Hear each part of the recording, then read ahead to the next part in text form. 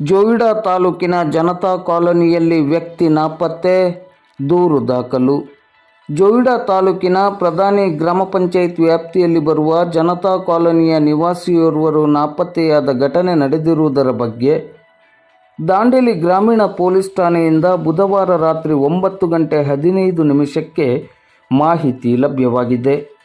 ಜನತಾ ಕಾಲೋನಿಯ ನಿವಾಸಿ 50 ವರ್ಷ ವಯಸ್ಸಿನ ಲಕ್ಷ್ಮಣ ಬಾಳಪ್ಪ ಮೇದಾರ್ ಎಂಬವರೇ ನಾಪತ್ತೆಯಾಗಿರುವ ವ್ಯಕ್ತಿಯಾಗಿದ್ದಾರೆ.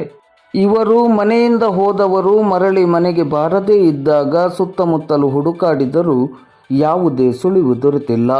ನಾಪತ್ತೆಯಾದ ತಂದೆ ಲಕ್ಷ್ಮಣ ಬಾಳಪ್ಪ ಮೇದಾರ್ ಅವರನ್ನು ಹುಡುಕಿಕೊಡುವಂತೆ ಅವರ ಪುತ್ರ ಗಣೇಶ್ ಲಕ್ಷ್ಮಣ್ ಮೇದಾರ್ ಅವರು ದಾಂಡೇಲಿ ಗ್ರಾಮೀಣ ಪೊಲೀಸ್ ಠಾಣೆಯಲ್ಲಿ ದೂರು ನೀಡಿದ್ದಾರೆ. ದಾಂಡೇಲಿ ಗ್ರಾಮೀಣ ಪೊಲೀಸರು ದೂರು ಸ್ವೀಕರಿಸಿಕೊಂಡು ಮುಂದಿನ ಕ್ರಮವನ್ನು ಕೈಗೊಂಡಿದ್ದಾರೆ.